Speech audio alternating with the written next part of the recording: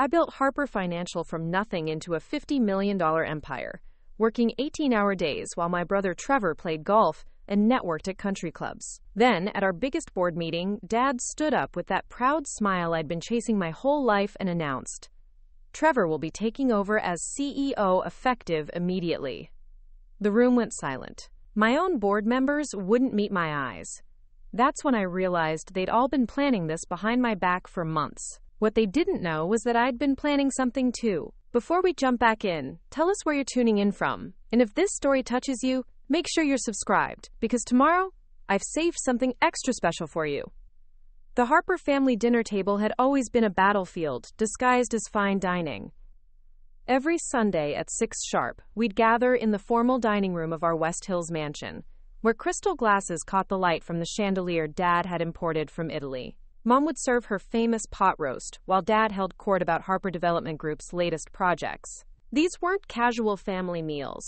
They were business strategy sessions, where every comment was analyzed, every achievement measured, and every failure dissected. I learned early that success was the only currency that mattered in the Harper household. While other kids played video games or hung out at the mall, I spent my afternoons in Dad's home office, watching him review architectural plans and construction budgets. He'd explain the intricacies of real estate development, how to read market trends, and why location meant everything. Those moments felt like the closest thing to bonding we'd ever have. Trevor, 3 years older and effortlessly charming, took a different approach. He played varsity football, dated the homecoming queen, and somehow managed to coast through school while everyone still adored him. Dad called it natural leadership when Trevor organized parties or convinced teachers to extend deadlines. When I organized coding camps for underprivileged kids or launched the school's first entrepreneurship club, Dad would nod approvingly, but never with the same warmth he showed when discussing Trevor's latest social conquest. The divide became even more apparent when we both joined Harper Development Group after college. I'd graduated summa cum laude from Oregon State with degrees in business and computer science, while Trevor barely scraped by at USC with a communications degree and a killer tan. Yet somehow, we started at the same level as junior associates, despite my obvious technical advantages and his obvious lack of any real skills beyond schmoozing clients at expensive restaurants. I threw myself into modernizing Dad's company with the passion of someone who finally found her purpose. Harper Development had been operating the same way since the 1980s. Paper contracts, manual scheduling, and phone calls to coordinate everything. I saw the inefficiencies bleeding money and time from every project. While Trevor networked at Chamber of Commerce events, I spent my evenings learning new software, designing databases, and creating systems that could streamline our entire operation. My first major victory came when I developed a project management system that reduced our construction timeline delays by 30%. The cost savings were immediate and dramatic. We suddenly had crews finishing projects ahead of schedule and under budget. Dad was impressed enough to mention it at the next board meeting, and for a brief moment, I felt like I'd finally proven my worth. The success emboldened me to think bigger. I noticed that small contractors and individual homeowners struggled to access the same financing options that big developers took for granted. There was a gap in the market, a sweet spot where technology could democratize construction financing and make real estate development accessible to people who'd never had those opportunities before. The idea consumed me. I spent months researching financial regulations, studying successful fintech companies, and developing a business model that could revolutionize how construction projects got funded. When I finally presented my concept to Dad, I was prepared for everything. I had market research, projected revenues, implementation timelines, and even preliminary discussions with potential investors. The presentation lasted 2 hours, covering every possible concern or objection. Dad listened intently, asking thoughtful questions and taking notes. For the first time in my life, I felt like he was seeing me not just as his daughter, but as a serious business professional with genuine vision. "This is impressive work, Zoe," he said when I finished. "Really impressive. Give me some time to think about it." 2 weeks later, he called me into his office. Trevor was already there, leaning casually against the window with his hands in his pockets, and that easy smile that had charmed teachers, coaches, and apparently our father throughout his entire life. Something about the setup felt wrong immediately. "I've been thinking about your fintech proposal," Dad began, settling behind his massive oak desk. "It's exactly the kind of forward-thinking innovation Harper Development needs." My heart soared for exactly 3 seconds before he continued. "Which is why I'm putting Trevor in charge of developing it." The words hit me like cold water. Trevor's smile widened as Dad explained how this would be a perfect opportunity for him to gain experience with technology initiatives and prove his leadership capabilities. My brother nodded along enthusiastically as if he'd contributed anything more than his physical presence to the conversation. "But Dad," I managed, trying to keep my voice steady, "this was my research, my concept, Your foundation work will be invaluable to the project's success," Dad interrupted smoothly. "Trevor will need someone with your technical background to handle the implementation details. Think of it as a partnership." Partnership. The word tasted bitter. I looked at Trevor, hoping to see some acknowledgement of how wrong this was. Some hint that he might decline this unearned opportunity. Instead, he was already talking about bringing in outside consultants and establishing a separate division within Harper Development. "I think we should call it Harper Financial Solutions," Trevor said, as if he'd been contemplating the name for months instead of learning about the project 5 minutes ago. "Has a nice ring to it, don't you think?" The following months blurred together in a haze of frustration and grinding work. True to Dad's word, I handled all the technical implementation, while Trevor managed the strategic vision and stakeholder relationships.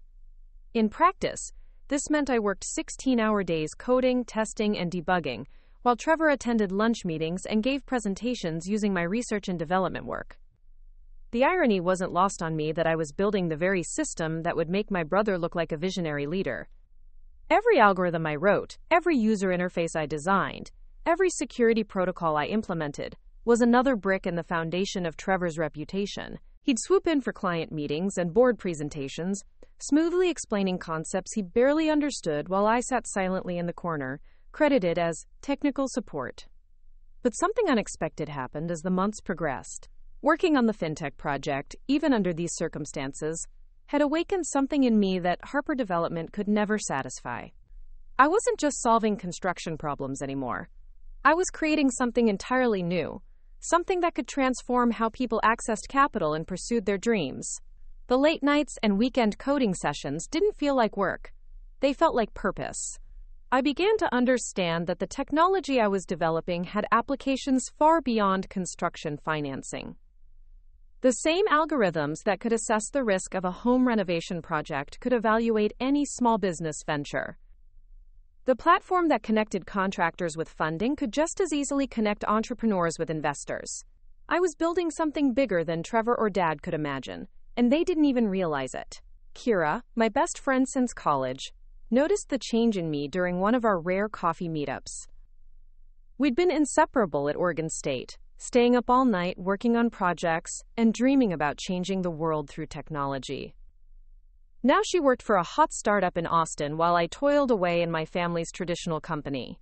"You look exhausted," she said, studying my face across the small cafe table. "But also different. Like you're carrying some secret." I almost told her everything right then, about the late-night coding sessions, the growing resentment toward Trevor, and the slowly forming idea that maybe I didn't need Harper Development to pursue my vision. But family loyalty, however misguided, kept me quiet. "Just working on something big," I said instead. "Something that might change everything." Kira raised an eyebrow. "Change everything? How?" "I can't really talk about it yet. Family business, you know." She nodded, but I could see the concern in her eyes. Kira had always been protective of our friendship, even when it meant calling me out on my own bad decisions. She'd warned me about staying too long at Harper Development, about letting family dynamics stunt my professional growth. "Just promise me something," she said as we prepared to leave. "Promise me you won't let them take credit for your work forever. You're too talented to spend your whole career building other people's dreams." Her words haunted me for weeks afterward. Every time Trevor presented his innovations to potential clients, every time Dad praised his leadership and vision, I heard Kira's voice reminding me that I was building other people's dreams instead of my own. The breaking point came on a rainy Thursday in November, 8 months after I'd first presented my fintech concept to Dad. Harper Financial Solutions was finally ready to launch, and the early beta testing had exceeded everyone's expectations. Small contractors were using our platform to secure funding for projects they never could have afforded before. Individual homeowners were renovating their properties with loans they qualified for based on our proprietary risk assessment algorithms. The technology was working exactly as I'd envisioned, solving real problems for real people. Dad called an all-hands meeting to celebrate the launch and announce the company's expansion plans. The entire Harper Development team gathered in our main conference room, along with several board members and potential investors who'd been following our progress. I sat in my usual spot near the back, watching Trevor command the room with his polished presentation about market opportunities and growth projections. Preparing and narrating this story took us a lot of time, so if you are enjoying it, subscribe to our channel. It means a lot to us. Now back to the story. Harper Financial Solutions represents the future of our industry, Trevor declared, clicking through slides that showcased the very user interfaces I'd designed and coded. By leveraging cutting-edge technology and innovative risk assessment, we're democratizing access to construction financing in ways that seemed impossible just a year ago. The room buzzed with impressed murmurs. Board members nodded approvingly as Trevor explained our competitive advantages and market positioning. He fielded questions about technical capabilities with surprising confidence, though I noticed he kept his answers high level and redirected anything too specific toward, quote, our development team. Then came Dad's announcement, the moment that would replay in my mind for months afterward. I'm proud to announce that based on the tremendous success of Harper Financial Solutions, we're promoting Trevor to Senior Vice President of Innovation, Dad said, his voice filled with paternal pride. This division will operate with significant autonomy under his leadership, with full authority to pursue expansion opportunities and strategic partnerships.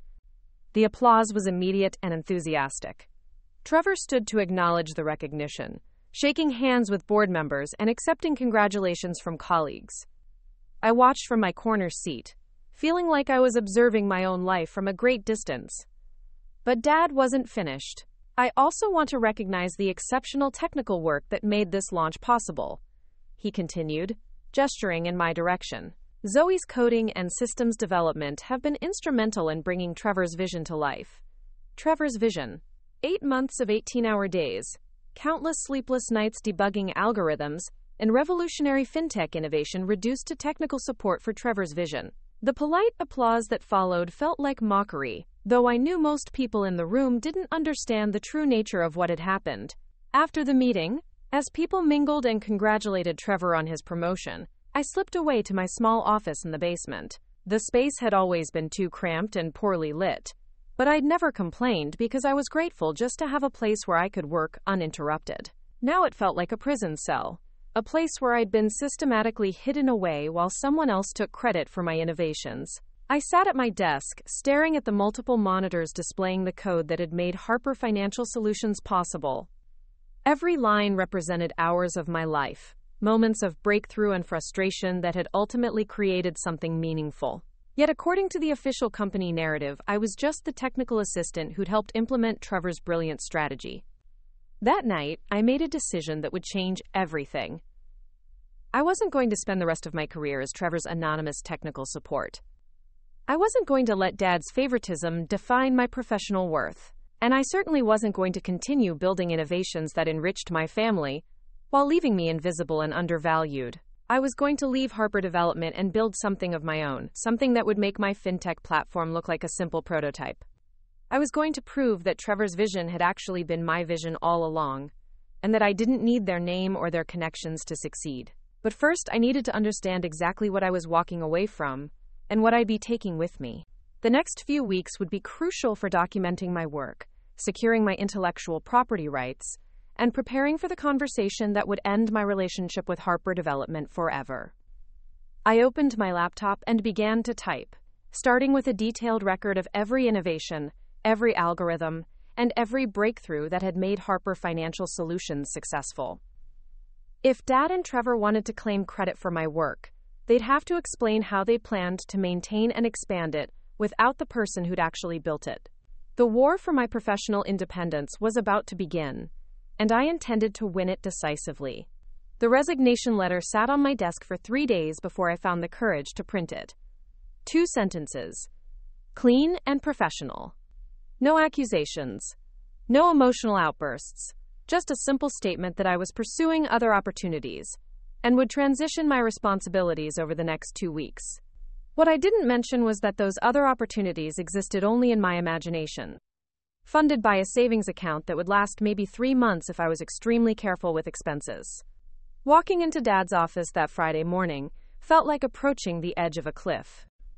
The familiar scent of his leather furniture and expensive cologne usually comforted me, reminding me of childhood afternoons when I'd sit quietly in the corner while he conducted business calls. Now those same smells felt suffocating, tainted by months of watching my work get credited to someone else. "You're quitting?" Dad's voice carried a mixture of surprise and disappointment as he read my resignation letter. "Zoe, this is completely unnecessary. If you're upset about Trevor's promotion, we can discuss adjusting your role, maybe give you a more prominent title." The offer stung worse than outright rejection. A more prominent title. As if the problem was my ego, rather than the systematic theft of my intellectual property. I'd spent sleepless nights preparing for this conversation, anticipating every possible argument he might make to convince me to stay. "It's not about titles, Dad.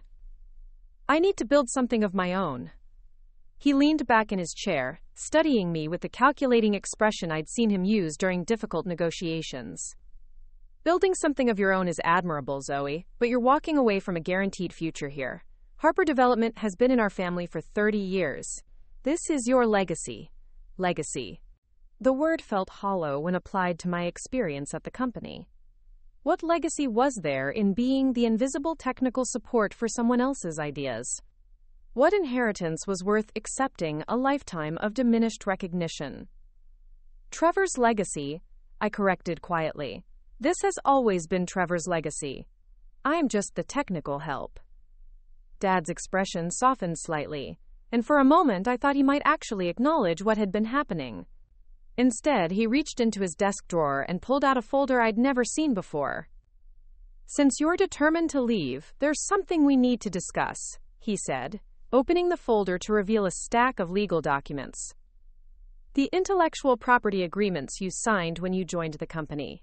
The fintech platform you developed falls under those agreements. Any similar technology you create elsewhere could constitute a breach of your non-compete clause." The documents felt heavy in my hands as I flipped through pages of dense legal language. I'd signed these papers on my first day at Harper Development, excited to finally be working for the family business, and trusting that Dad would never use legal technicalities against his own daughter. The non-compete clause was buried on page 7, restricting me from developing competing technologies for any company in the financial services sector for a period of 2 years. "This is about fintech specifically," I said, reading the relevant section carefully. "Construction financing and real estate development. Technology that facilitates financing for any business purpose," Dad corrected, pointing to a broader clause I'd missed. "Our legal team was very thorough when they drafted these agreements. You're free to leave, Zoe, but you can't take our innovations with you." Our innovations. The phrase echoed in my head as I drove home that afternoon, resignation accepted, and legal threats made clear. 2 years of non-compete restrictions meant 2 years of watching Trevor build on my work while I sat on the sidelines, legally prevented from pursuing the only career path that had ever truly excited me. That weekend, I called Kira from my apartment, staring out at the gray Portland skyline while rain drummed against my windows. She answered on the second ring, her voice bright with weekend energy that I couldn't match. "I quit," I said without preamble. "Finally!" Kira's enthusiasm was immediate and overwhelming. "Zoe, that's incredible. I've been waiting for this call for months. What's your plan?" I explained about the non-compete clause, the legal restrictions, and Dad's implicit threat to use Harper Development's legal resources against me if I tried to build anything similar to what I'd created for the company. Kira listened in increasingly shocked silence. "That's insane," she said when I finished. "He's your father. How can he legally threaten his own daughter for wanting to pursue her career?" "Family business has different rules," I said, though the explanation felt weak even to me. "Everything is about protecting the company's interests. What are you going to do?" The question hung in the air while I watched rain streak down my window. What was I going to do? I had enough savings for maybe 3 months of basic expenses, no job prospects that wouldn't violate my non-compete agreement, and a family that apparently viewed me as a potential legal threat rather than a daughter pursuing her dreams. "I don't know," I admitted. "Maybe find a regular tech job somewhere. Wait out the non-compete period. Or," Kira said slowly, "you could come to Austin." The suggestion caught me off guard. Kira had been working for a startup accelerator in Austin for the past year, helping early-stage companies develop their technology and find investors. She'd mentioned several times how much she loved the city's entrepreneurial energy, but I'd never seriously considered leaving Portland. "Austin's tech scene is exploding right now," Kira continued, warming to the idea. "And there are ways around non-compete clauses if you're creative about how you approach the market. You don't have to build fintech specifically. There are dozens of industries that could benefit from the kind of algorithmic risk assessment you developed." The conversation planted a seed that grew over the following weeks. I researched Austin's startup ecosystem, read about companies that had relocated there for the business-friendly environment and access to talent. The more I learned, the more appealing the idea became. Austin represented everything Portland couldn't offer me right now: distance from family drama, a fresh start, and a tech community that might value innovation over family connections. 3 weeks after submitting my resignation, I loaded my car with everything that mattered and pointed it south toward Texas. The drive took 2 days, with an overnight stop in Denver that gave me time to think about what I was really doing. I wasn't just changing cities. I was abandoning the life I'd built in Portland, the family relationships that had defined me, and the financial security of working for an established company. But I was also escaping the suffocating limitations of being Richard Harper's daughter, Trevor Harper's technical support, and Harper Development's invisible contributor. For the first time in my adult life, I would be just Zoe Harper, with no family name to open doors or close them. Austin welcomed me with blazing heat and relentless optimism. Kira helped me find a small apartment in East Austin, a rapidly gentrifying neighborhood where food trucks shared parking lots with million-dollar condos. The rent consumed most of my savings, but the location put me within walking distance of dozens of startups, accelerators, and co-working spaces. My first month in Austin was a humbling education in startup culture. I attended networking events where 25-year-old CEOs pitched revolutionary apps that solved problems I'd never considered problems. I visited co-working spaces filled with teams building companies around concepts like disrupting the pet grooming industry or democratizing artisanal coffee. The energy was infectious but also intimidating for someone whose previous experience had been limited to traditional family business operations. The job search proved more challenging than I'd anticipated. My resume was solid. Strong technical skills, proven track record of building functional systems, experience managing complex projects. But I lacked the startup credentials that Austin employers seemed to value. I hadn't worked for recognizable tech companies, hadn't been part of any successful exits, and couldn't point to previous experience scaling technology platforms in high-growth environments. After 6 weeks of rejections and non-responses, I was beginning to question whether leaving Portland had been a massive mistake. My savings were dwindling faster than expected, and the few job offers I'd received were for basic coding positions that felt like enormous steps backward from the innovations I'd developed at Harper Financial Solutions. The breakthrough came from an unexpected source. Nathan Cross, a serial entrepreneur who'd sold 2 previous companies, was looking for a technical co-founder for his latest venture. Unlike most of the startup founders I'd encountered, Nathan had a background in traditional finance and understood the complexities of regulated industries. His new company, Crossbridge Technologies, was developing software solutions for small businesses that struggled to access traditional financial services. Our first meeting took place at a coffee shop in downtown Austin, One of those carefully curated spaces with exposed brick walls and baristas who treated coffee preparation like performance art. Nathan arrived 15 minutes late, apologizing profusely while juggling his phone, laptop, and what appeared to be breakfast from 3 different food trucks. Sorry, he said, finally settling across from me at a small table. Back-to-back investor meetings all morning. Half the VCs in this city want to fund the next big thing, but they can't agree on what that thing actually is. Nathan was probably 5 years older than me, with the kind of casual confidence that comes from having succeeded and failed enough times to understand that both outcomes are temporary. He wore jeans and a button-down shirt that looked expensive but not flashy, and he spoke about business challenges with the enthusiasm most people reserved for discussing their hobbies. "Tell me about the platform you built in Portland," he said after we'd covered the basic introductions. Kira mentioned it was something revolutionary, but she was vague on the details. I hesitated, thinking about the non-compete agreements and Dad's legal threats. But Nathan's approach felt different from the other startup conversations I'd had. He wasn't looking for buzzwords or disruption rhetoric. He wanted to understand the actual technology and its practical applications. I developed a risk assessment algorithm that could evaluate loan applications for construction projects, I began carefully. The system analyzed multiple data points: credit history, project specifications, contractor track records, market conditions, and provided automated approval decisions that were more accurate than traditional underwriting methods. Nathan's eyes lit up as I explained the technical details. Unlike Trevor, who'd never bothered to understand how the system actually worked, Nathan asked pointed questions about methodology, accuracy rates, and scalability challenges. He understood immediately that the technology had applications far beyond construction financing. "What if we applied similar principles to small business lending more broadly?" he asked, leaning forward with obvious excitement. "Restaurants, retail stores, service businesses, they all struggle with the same access to capital problems that contractors face. Your algorithm could revolutionize how we evaluate risk for any business that banks consider too small or too unpredictable." The conversation lasted 3 hours. By the time we parted ways, Nathan had offered me a position as Chief Technology Officer of Crossbridge Technologies, with significant equity and the autonomy to build the technical platform from the ground up. It wasn't exactly the fintech focus I'd developed at Harper Development, but it was close enough to excite me while being different enough to avoid any non-compete issues.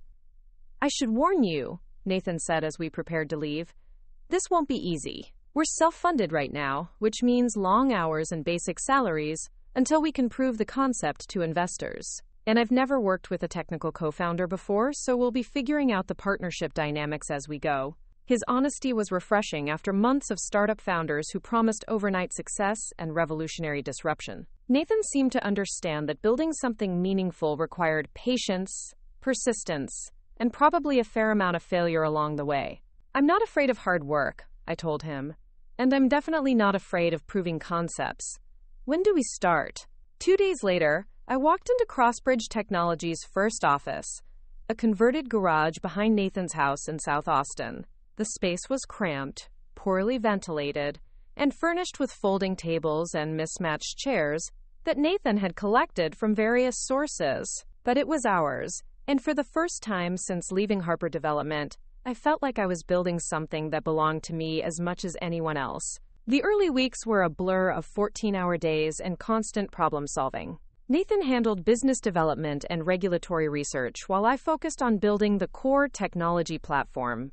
Unlike my experience at Harper Development, where I'd worked alone on technical challenges, Nathan and I collaborated constantly, brainstorming solutions and refining our approach based on feedback from potential customers.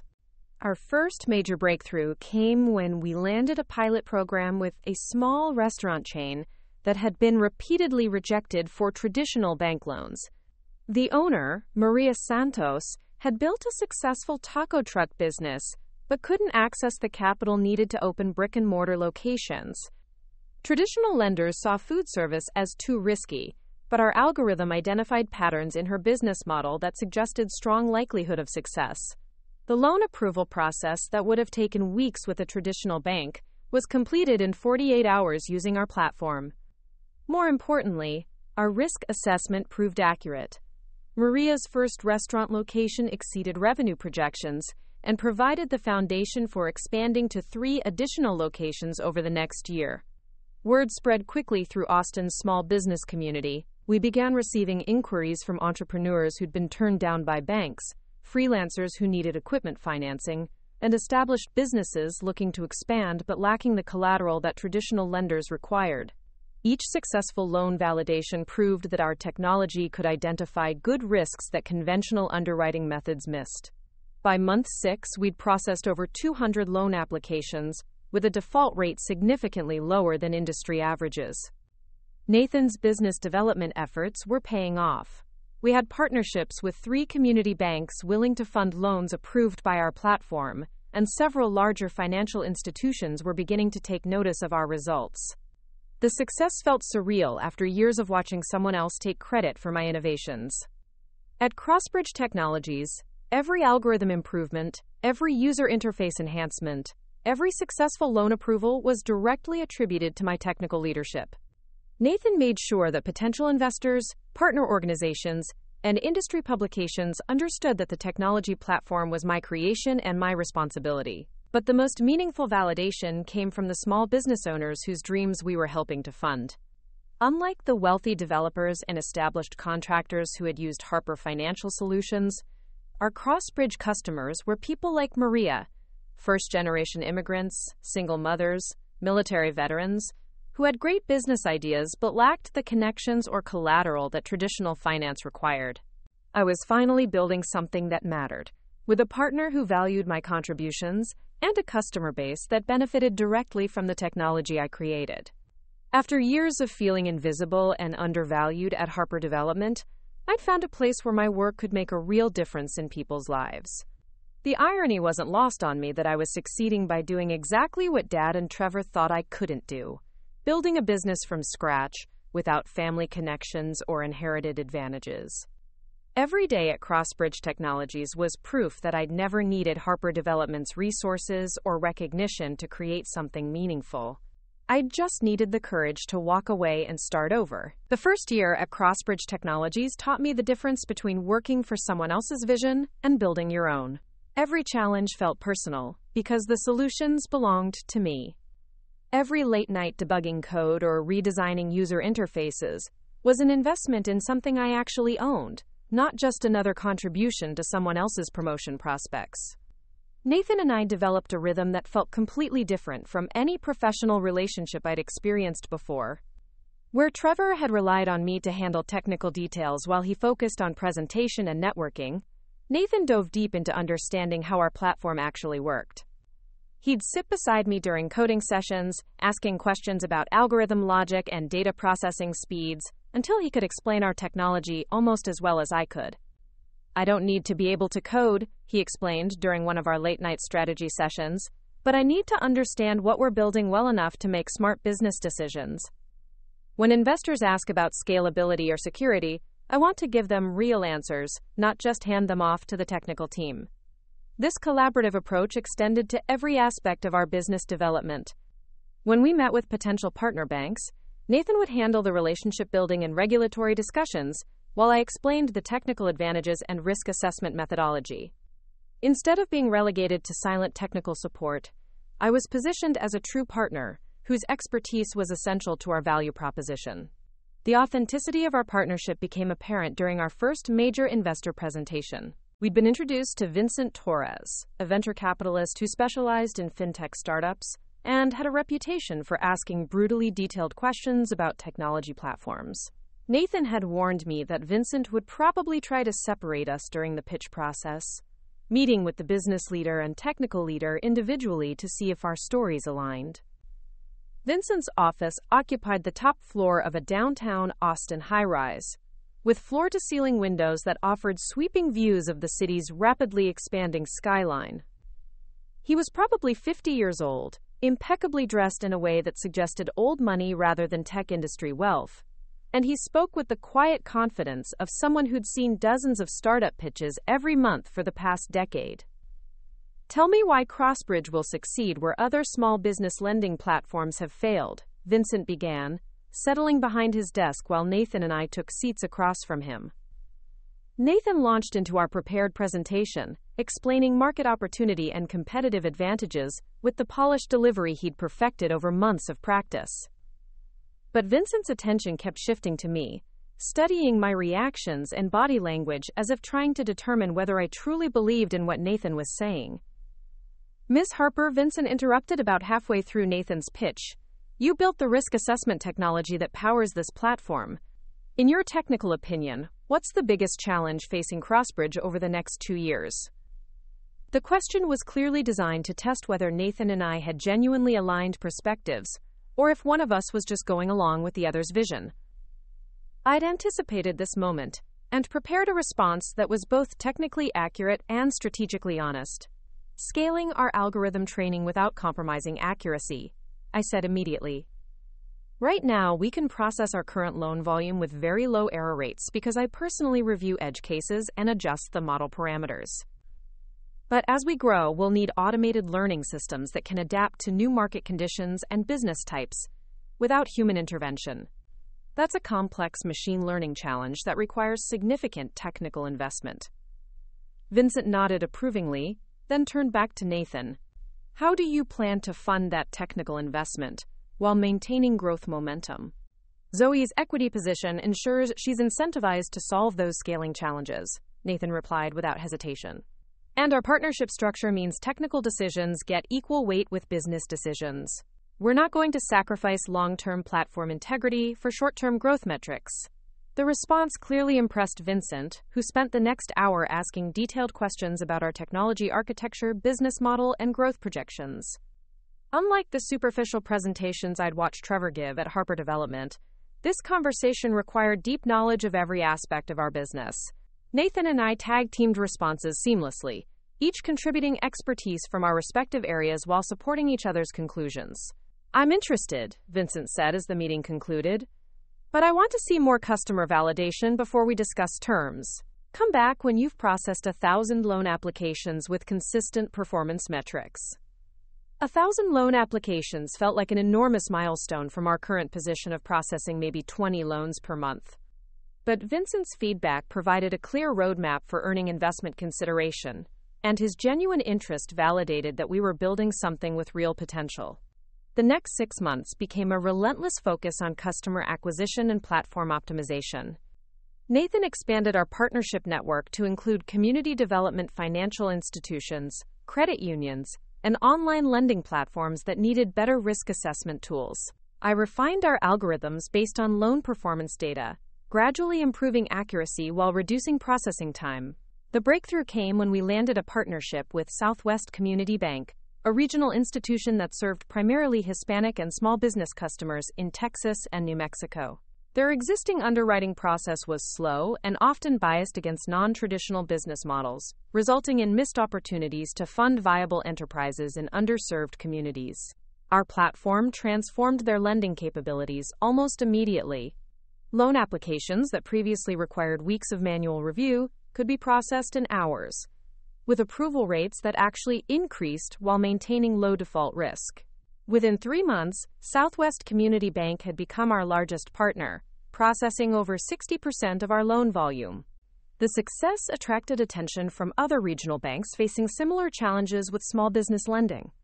We signed partnership agreements with institutions in Colorado, Arizona, and Oklahoma, each bringing unique customer bases that helped us refine our algorithms for different market conditions and business types. By month 18, we'd exceeded Vincent's 1,000 loan milestone and achieved something I'd never experienced at Harper Development: recognition as industry innovators. Financial services publications wrote articles about our approach to alternative underwriting. Conference organizers invited us to speak about technology solutions for community banking. Other entrepreneurs reached out for advice about building fintech platforms. The external validation felt incredible, but the personal satisfaction went deeper than professional recognition. Every successful loan represented someone's dream becoming reality. The single mother who opened a daycare center, the military veteran who launched a landscaping business, the recent immigrant who expanded his auto repair shop. These weren't wealthy developers or established contractors. They were people who'd been systematically excluded from traditional financing, despite having solid business plans and strong work ethics. Nathan and I were changing lives in ways that felt meaningful and sustainable. We weren't just building wealth for investors or shareholders. We were creating opportunities for people who deserved chances but had never been given them. The personal relationship between Nathan and me evolved gradually alongside our business partnership. Long hours and shared challenges naturally led to conversations that went beyond work topics. I learned about his previous companies, his family background, and his philosophical approaches to business ethics. He heard about my frustrations with Harper Development, my complicated family dynamics, and my determination to prove that I could succeed independently. Unlike my previous relationships, which had always felt secondary to career ambitions or family expectations, my growing feelings for Nathan emerged from genuine partnership and mutual respect. He valued my technical expertise not because it benefited him, but because he understood its intrinsic worth. I appreciated his business acumen not because it compensated for my weaknesses, but because it complemented my strengths perfectly. The romantic tension became undeniable during a late-night debugging session about 6 months after Vincent's initial meeting. We'd been troubleshooting a complex algorithm error that was causing inconsistent loan approvals for restaurant businesses. After hours of reviewing code and testing different approaches, we finally identified the problem: a data processing sequence that worked perfectly for most business types, but created errors when analyzing seasonal revenue patterns. "You're brilliant," Nathan said as we watched the corrected algorithm process a backlog of restaurant loan applications with perfect accuracy. "I mean, I always knew you were brilliant, but watching you solve problems like this, it's incredible." The compliment felt different from the professional recognition I'd grown accustomed to receiving. Nathan wasn't praising my work because it benefited Crossbridge Technologies. He was genuinely amazed by my problem-solving abilities and technical creativity. "We make a good team," I replied, suddenly aware that we were sitting very close together at my development workstation. "The best team," he agreed, and then he kissed me. The relationship that followed felt as natural and collaborative as our business partnership. We never had to navigate the awkward dynamics of workplace romance because we were equal partners in every aspect of our shared venture. Dating the CEO didn't create conflicts of interest when you were also the CTO and co-founder.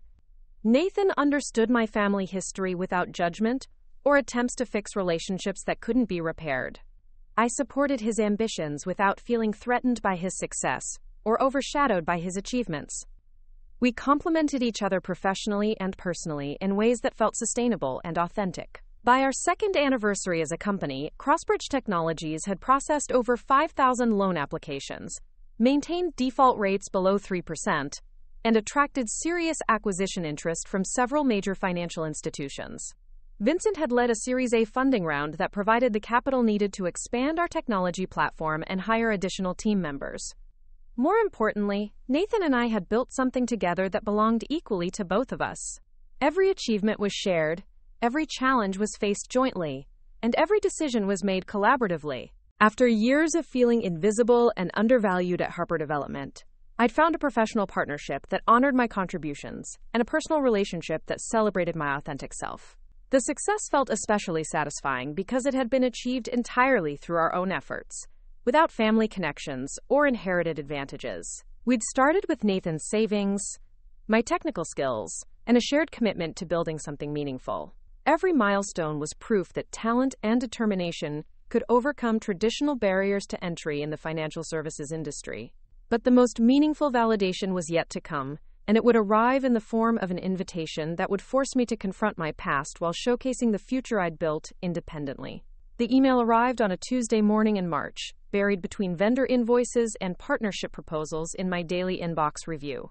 The sender address, events@constructioninnovators.com, didn't immediately register as significant until I opened the message and saw the formal letterhead of the National Construction Innovation Awards. "Dear Ms. Harper," the email began, "on behalf of the selection committee, we are pleased to inform you that Crossbridge Technologies has been selected as a finalist in the Financial Innovation category for our annual awards program. Your platform's impact on small business lending in the construction industry has been recognized as a transformative advancement that deserves industry-wide recognition." I read the message twice before the implications fully registered. The National Construction Innovation Awards represented the most prestigious recognition in the industry, drawing attendees from major construction companies, financial institutions, and government agencies across the country. Being selected as a finalist meant that our work at Crossbridge Technologies had gained attention far beyond the regional banks and community organizations we typically served. The awards ceremony would be held in Denver in 6 weeks, with an expected attendance of over 1,500 industry leaders. Finalists were invited to present their innovations to a panel of judges that included CEOs from major construction companies, federal regulators, and prominent investors. The exposure could transform Crossbridge Technologies from a successful regional platform into a nationally recognized solution. Nathan found me staring at my computer screen when he arrived at the office an hour later, carrying his usual collection of breakfast items from different food trucks and radiating the energetic optimism that had attracted me to him from our first meeting. "Good news or catastrophic system failure?" he asked, noting my expression. "You have that look you get when something either amazing or terrible has happened." "We're finalists for the National Construction Innovation Awards," I said, turning my monitor so he could read the email. "Financial Innovation category. They want us to present in Denver next month." Nathan's breakfast items hit the desk as he leaned over to read the full message. His excitement was immediate and infectious, the kind of unguarded enthusiasm that reminded me why our partnership worked so well. Unlike Trevor, who would have immediately started calculating how the recognition could benefit his personal brand, Nathan's first thought was about what the award could mean for our customers and our mission. "This is incredible," he said, scrolling through the email details. "Do you know how hard it is to get selected for these awards?"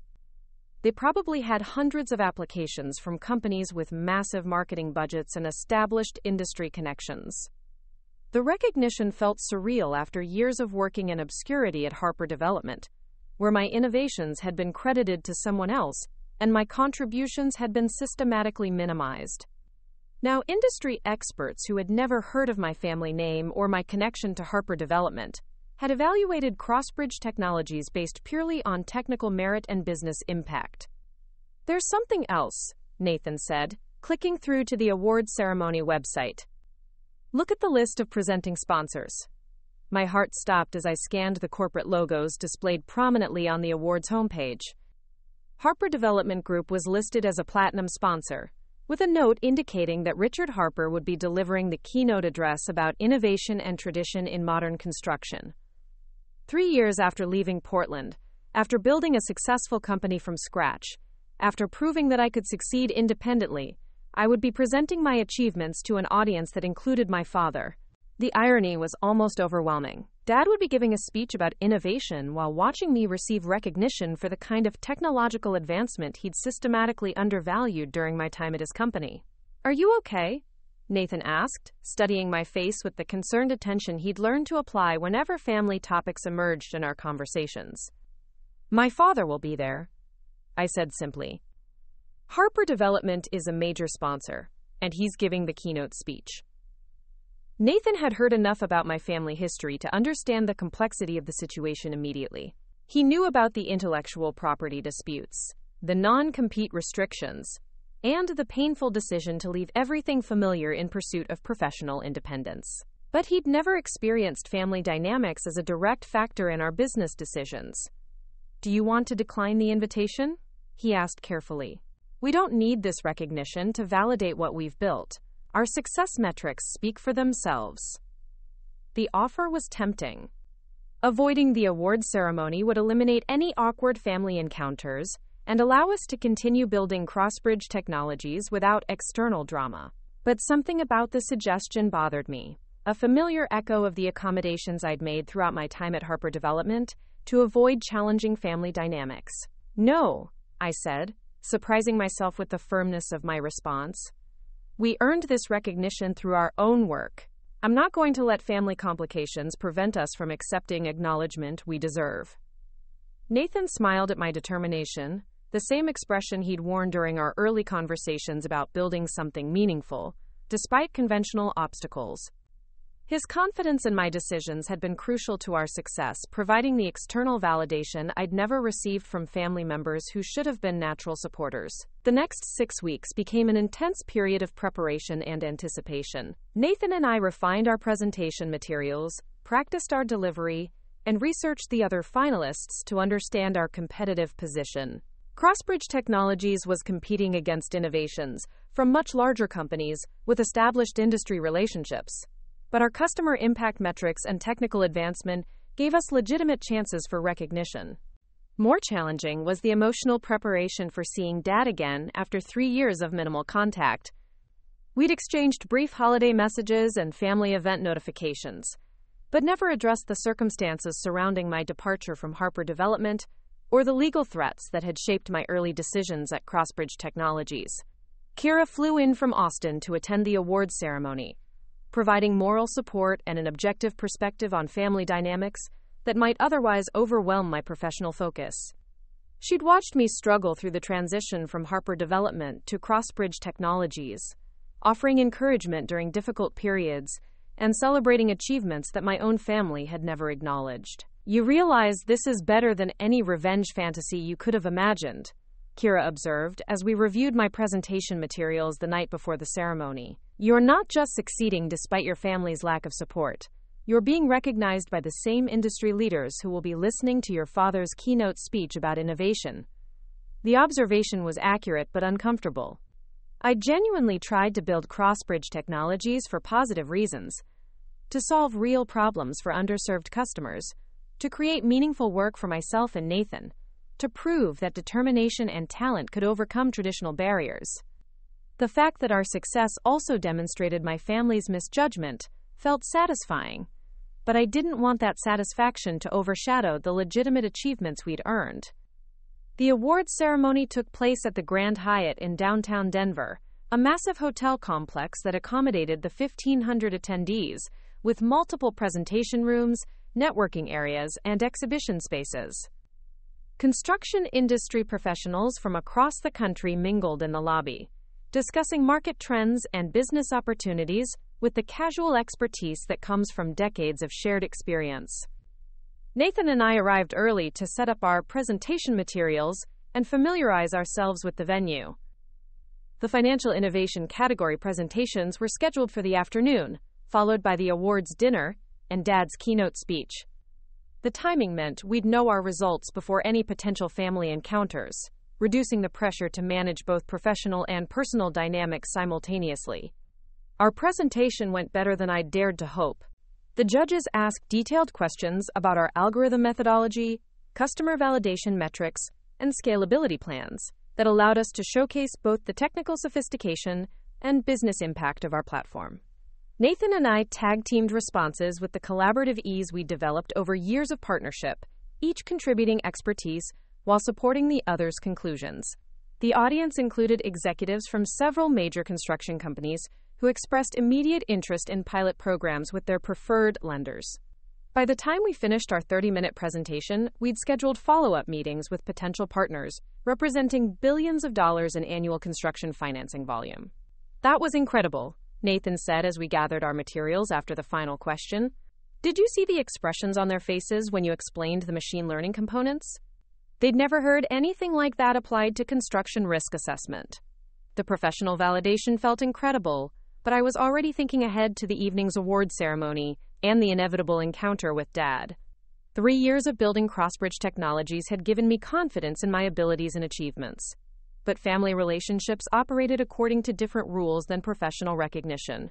The awards dinner filled the hotel's grand ballroom with round tables that seated 8 industry professionals each. Nathan and I were positioned at a table with other finalists and judges, close enough to the main stage to hear presentations clearly but far enough from the VIP section to avoid immediate family encounters. I spotted Dad during the cocktail reception preceding dinner, easily recognizable across the crowded room despite the years that had passed since our last meeting.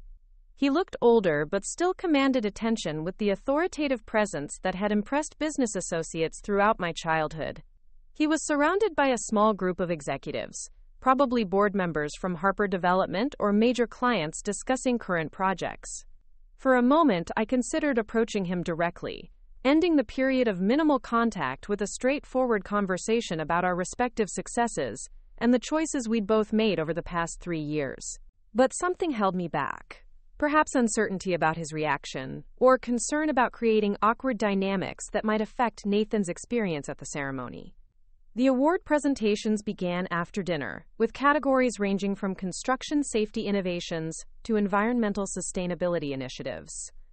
Nathan reached for my hand as they announced the financial innovation finalists, squeezing gently in a gesture of support that reminded me how much our partnership meant regardless of external recognition. The winner of this year's Financial Innovation Award, the presenter announced after summarizing each finalist's achievements, is Crossbridge Technologies, for their revolutionary approach to small business lending in construction and related industries. The applause was immediate and enthusiastic. Nathan and I walked to the stage together, accepting the Crystal Award while cameras flashed and attendees offered congratulations from their tables. The recognition felt surreal. 3 years ago, I'd been an invisible technical contributor to someone else's innovations, and now I was being celebrated by industry leaders for building something entirely my own. Dad's keynote speech followed immediately after the award presentations. He spoke eloquently about balancing innovation with tradition in the construction industry, emphasizing how established companies could embrace new technologies while maintaining the values and relationships that had sustained their success over decades.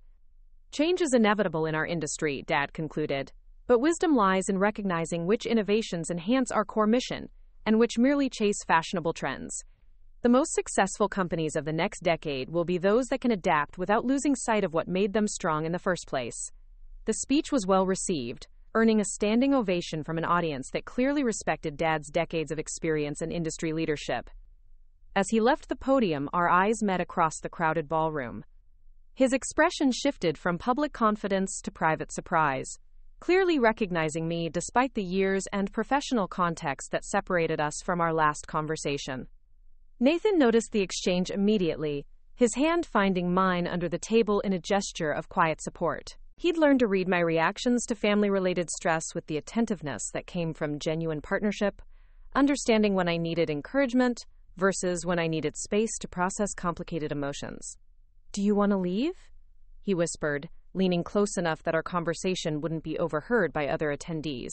The offer was tempting, especially as I watched Dad navigating post-speech congratulations while periodically glancing in our direction. But something about the moment felt important, like an opportunity that might not come again. I'd spent 3 years building something meaningful, proving that I could succeed independently, and earning recognition from industry experts who had no connection to my family history.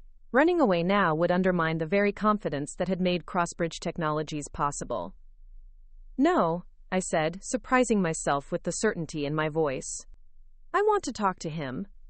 The conversation happened naturally during the post-ceremony reception, as industry professionals mingled and discussed the evening's presentations. Dad approached our table while Nathan was networking with potential investors, leaving me momentarily alone with the Crystal Award and a glass of wine I'd barely touched. "Congratulations on your recognition tonight," Dad said, settling into Nathan's empty chair with the casual authority that had dominated family gatherings throughout my childhood. "Your presentation was impressive." "Very impressive." The compliment felt genuine, though I couldn't help analyzing his tone for signs of the dismissive attitudes that had characterized our past interactions. This felt different, though, more like one industry professional acknowledging another's achievements than a father grudgingly recognizing his daughter's accomplishments. "Thank you," I replied simply. "Your keynote was well received. The balance between innovation and tradition is a challenging topic, especially for established companies." We spent the next few minutes discussing industry trends and technological developments with the careful politeness of acquaintances rather than family members. Dad asked thoughtful questions about Crossbridge Technologies' growth trajectory and market positioning, treating me as a legitimate business leader rather than the technical support person he'd once dismissed. "I've been following your company's progress," he admitted, during a pause in our conversation. "The financial publications have been very complimentary about your approach to alternative lending. It's exactly the kind of innovation our industry needs." The acknowledgement felt significant, especially coming from someone who had once threatened legal action to prevent me from pursuing similar work. I wondered if he'd connected Crossbridge Technologies to my previous fintech development at Harper Development, or if he was evaluating our achievements without reference to past family conflicts. We've been fortunate to find a market need that matches our technical capabilities, I said diplomatically. Small business lending has tremendous potential for improvement through better data analysis and risk assessment. Dad nodded thoughtfully, and for a moment I glimpsed the engaged business leader who had taught me to read market trends and evaluate investment opportunities during those childhood afternoons in his office. That person had always existed alongside the father who'd consistently favored Trevor's superficial charm over my substantial contributions. "How is Trevor doing?" I asked, partly out of curiosity and partly to test Dad's reaction to discussing family dynamics in this professional context. Dad's expression shifted slightly, becoming more guarded as he considered his response. "Trevor has been struggling with some challenges at Harper Financial Solutions," he said carefully. "The expansion didn't go as smoothly as we'd hoped. We've had to scale back significantly and focus on our core regional market." The information confirmed what I'd suspected but never investigated directly. Building a successful fintech platform required more than charismatic presentations and high-level strategy discussions. Without someone who genuinely understood the technology to maintain and improve the algorithms, Trevor's inherited innovations would eventually fail to adapt to changing market conditions. "I'm sorry to hear that," I said, and meant it genuinely. Despite our complicated history, I didn't take pleasure in Trevor's professional difficulties. His failures didn't enhance my own success, and Schadenfreude felt unworthy of the confidence I'd developed through building cross-bridge technologies. "You know," Dad continued, "when you left Harper Development, I thought you were making a mistake. I couldn't understand why you'd walk away from a secure position with family connections to start over somewhere unfamiliar." He paused, studying the crystal award on our table. "I was wrong. What you've built here is exactly what I claimed to want at Harper Development. Genuine innovation that creates value for customers and sets new industry standards." The admission felt more significant than any professional recognition I'd received that evening. Dad had never been comfortable acknowledging mistakes, especially those related to family decisions that affected his children's careers. Hearing him explicitly recognize that my departure had led to achievements he respected represented a fundamental shift in how he viewed my capabilities and judgment. "I needed to prove to myself that I could succeed independently," I replied honestly. "Not because I wanted to reject family connections, but because I couldn't be confident in my own abilities until I'd tested them without inherited advantages." Nathan returned to our table as Dad and I were finishing our conversation, carrying business cards from several potential investors and radiating the satisfaction that came from productive networking. He assessed the situation immediately, recognizing that our family discussion had been serious but not contentious. "Mr. Harper," Nathan said, extending his hand with the professional courtesy he applied to important business relationships. "Nathan Cross, Zoe's business partner. I enjoyed your keynote speech tonight. The point about maintaining core values while embracing innovation resonated strongly with our own company philosophy." Dad shook Nathan's hand with genuine warmth, clearly impressed by his thoughtful response to the evening's presentation. "Please call me Richard. Zoe speaks very highly of your partnership. It's obvious that you've built something special together." The three of us talked for another 20 minutes about industry trends, regulatory challenges, and growth opportunities for technology companies serving traditional industries. Dad treated Nathan as an equal partner, rather than someone who'd benefited from association with his daughter, demonstrating the respect for our collaborative achievements that I'd always hoped to receive. When we finally said goodbye, Dad pulled me aside for a brief private conversation, while Nathan collected our materials from the presentation area. "I want you to know that I'm proud of what you've accomplished," Dad said quietly. "Not just the business success, but the way you've handled yourself professionally. You've proven that your departure from Harper Development was exactly the right decision for everyone involved." The words felt like forgiveness and recognition combined, addressing years of family tension while acknowledging the professional growth that had resulted from our difficult separation. I realized that I no longer needed his approval to feel confident about my choices, but receiving it still meant something significant. "Thank you," I said simply. "That means more than you probably realize." We hugged briefly, the first physical contact we'd shared since my resignation from Harper Development 3 years earlier. It felt like the end of one chapter and the beginning of another, where family relationships could exist independently from professional dynamics. The flight back to Austin the next morning gave Nathan and me time to process the evening's events and their implications for Crossbridge Technology's future. The award recognition had generated interest from potential partners and investors that could accelerate our growth significantly. But the personal resolution with Dad felt equally important for my own peace of mind. "How do you feel about seeing your father again?" Nathan asked as we reviewed business cards and contact information from the ceremony. "Relieved," I said, realizing the accuracy of the emotion as I spoke. For 3 years, I've been carrying this need to prove that leaving Harper Development was the right decision. Last night, I finally felt like that proof was complete. Nathan nodded thoughtfully, understanding the significance of family validation even for someone who'd successfully built an independent career. He'd provided crucial support during the difficult periods when I'd questioned my decisions or worried about burning bridges with family members. "What's next for us?" he asked, gesturing toward the stack of business cards and partnership inquiries we'd collected.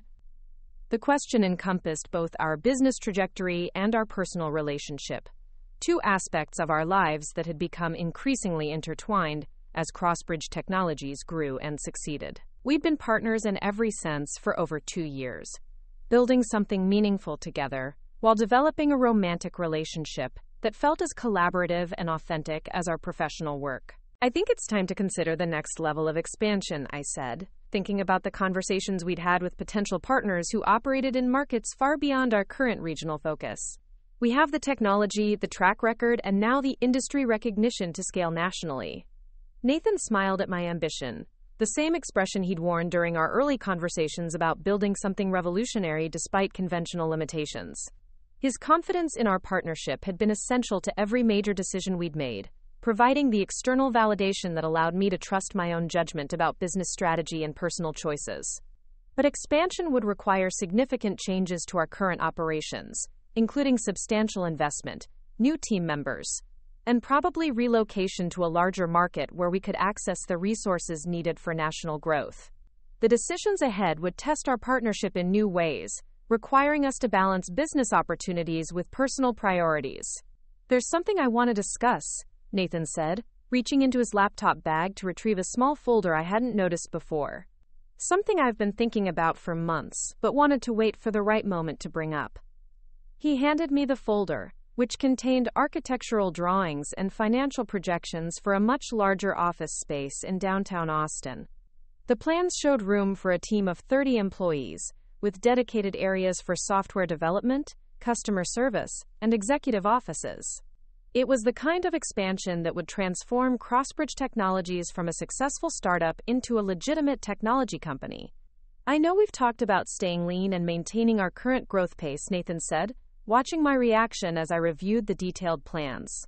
"But I think we're ready for something bigger. The industry recognition proves that our technology has national potential, and we have enough customer validation to attract serious investment." The proposal was ambitious and slightly intimidating, representing the kind of commitment that would make Crossbridge Technologies the primary focus of our lives for the foreseeable future. But it also felt like the natural evolution of everything we'd built together, the logical next step for partners who'd proven they could collaborate effectively on complex challenges. "What about personal considerations?" I asked, thinking about how dramatic business expansion might affect our relationship dynamics. Nathan reached across the airplane seat to take my hand, his expression becoming more serious as he shifted from business partner to romantic partner mode. "Actually, that's the other thing I wanted to discuss," he said, pulling a small jewelry box from his pocket, with the same careful timing he applied to major business presentations. "I was hoping you might consider making our partnership official in every possible way." The proposal was perfectly Nathan. Thoughtful, collaborative, and timed to coincide with our professional achievements, rather than competing with them for attention. He understood that I needed our business success to feel secure before committing to personal decisions that might affect my professional identity. "Yes," I said immediately, not needing time to consider a decision that felt as natural and inevitable as every other major choice we'd made together. Yes to expansion, yes to marriage, yes to building something incredible together. The engagement felt like the culmination of everything I'd learned about partnership, collaboration, and authentic success. Unlike my previous relationships, which had always involved competition or compromise, Nathan and I had built something that enhanced both of our individual strengths while creating shared achievements that belonged equally to both of us. As our plane descended toward Austin, I looked out at the city that had given me the opportunity to rebuild my professional life and discover what I was truly capable of achieving. 3 years earlier, I'd arrived with nothing but determination and a savings account that would last maybe 3 months. Now I was returning as an award-winning entrepreneur, engaged to a partner who valued my contributions, and ready to build something even more ambitious than what we'd already accomplished. The contrast with my experience at Harper Development felt profound and satisfying. Instead of fighting for recognition of my contributions, I was celebrating achievements that were unquestionably mine. Instead of watching someone else take credit for my innovations, I was planning to expand a company where my technical leadership was essential and acknowledged. Instead of accepting diminished expectations from family members, I was partnering with someone who believed in my potential and supported my ambitions. Crossbridge Technologies had become proof that talent and determination could overcome traditional barriers, that authentic partnerships produced better results than hierarchical relationships, and that leaving familiar situations could lead to opportunities that exceeded any previous imagination. Every success we'd achieved validated the difficult decision to walk away from Harper Development and pursue something entirely my own.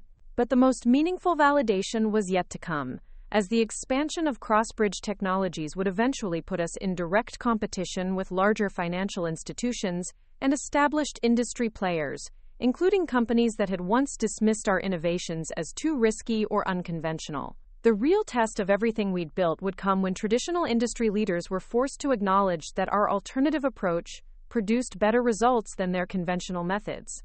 That recognition would represent the final proof that leaving Harper Development had been not just the right personal decision but the right business strategy for creating meaningful change in an industry that desperately needed innovation. 2 years of aggressive expansion transformed Crossbridge Technologies from a regional startup into a nationally recognized fintech platform. Our new headquarters in downtown Austin occupied 3 floors of a converted warehouse, housing a team of 42 employees who managed partnerships with over 300 financial institutions across 37 states.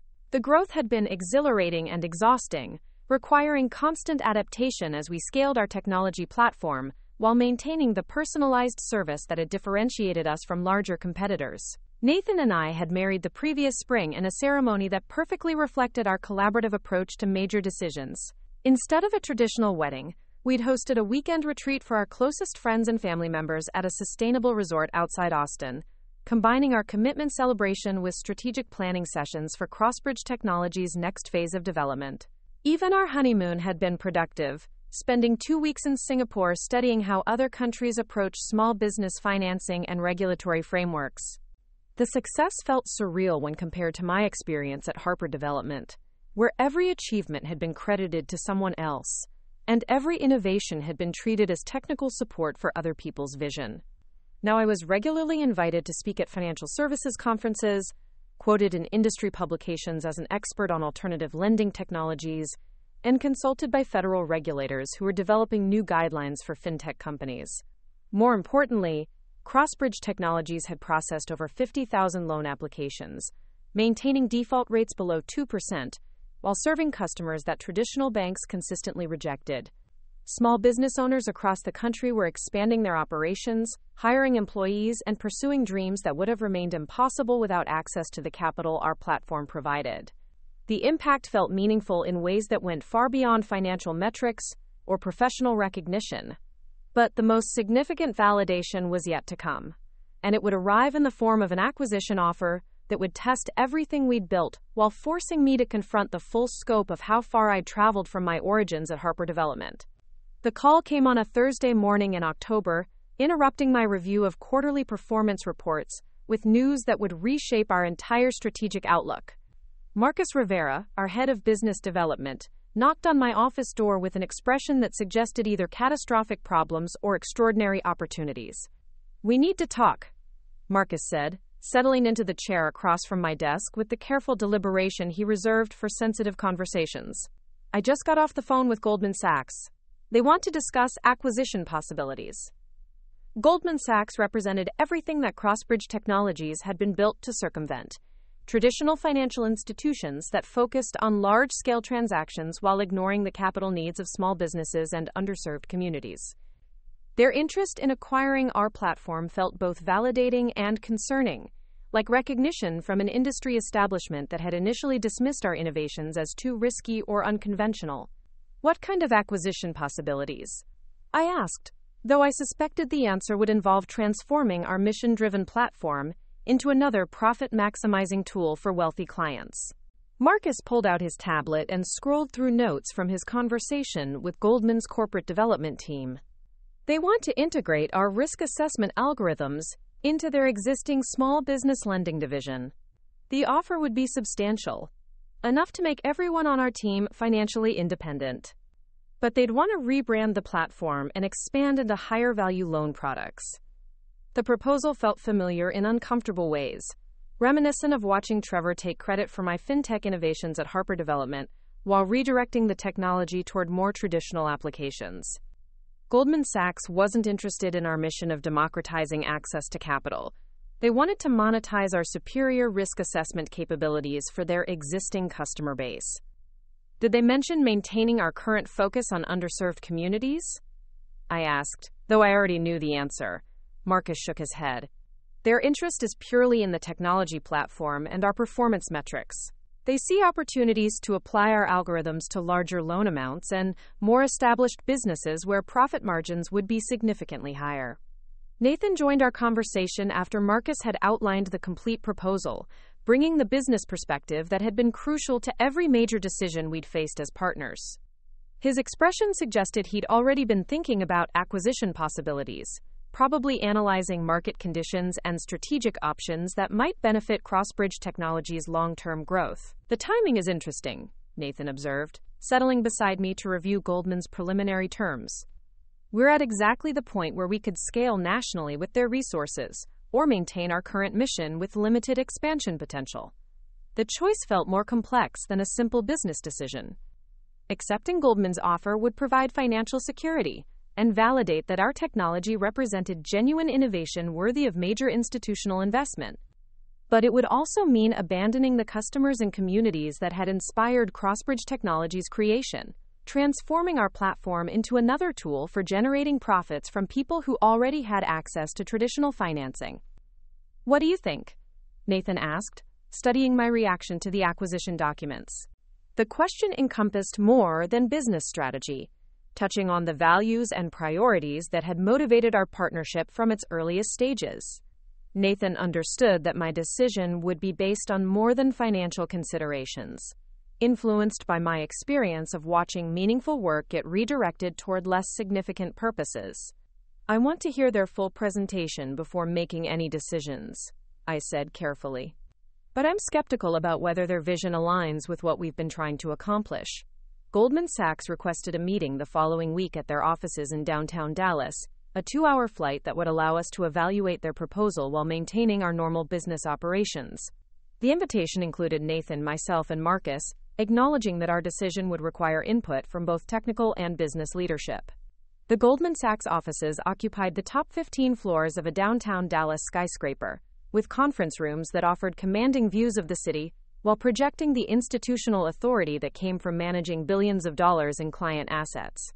The presentation team included 3 senior vice presidents, 2 managing directors, and a technology consultant who specialized in fintech acquisitions.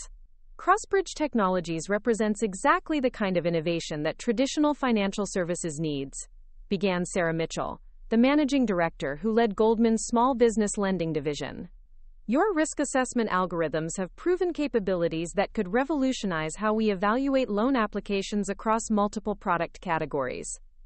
The presentation that followed outlined integration possibilities that would transform our platform into a component of Goldman's existing infrastructure, serving their current customer base while expanding into markets we'd never considered targeting.